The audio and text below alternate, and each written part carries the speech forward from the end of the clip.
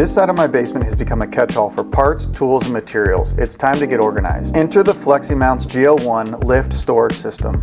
Thank you, FLEXIMOUNTS, for giving me the motivation and tools to clean up this basement, and for sponsoring today's video. With materials lifted clear of the floor, I recover valuable workspace and maintain immediate access to my routinely used parts. Everything stays organized and out of the way. At the heart of the unit is a worm screw drive with a 25:1 gear ratio and optimized pressure angle. That combination prevents backdriving, so you can safely lift and hold up to 300 pounds without any drift. Torque is transferred through a keyed D-shaft to two independent steel cables. This dual cable design provides redundancy. If one cable ever fails, the other still supports the load. All of this rides on ball bearing carriers to ensure smooth, low friction operation even under full load. Installation took under 10 minutes. Install the two mounting brackets and two pulleys with the provided hardware, slide in the lift mechanism, and route the cables. That's it.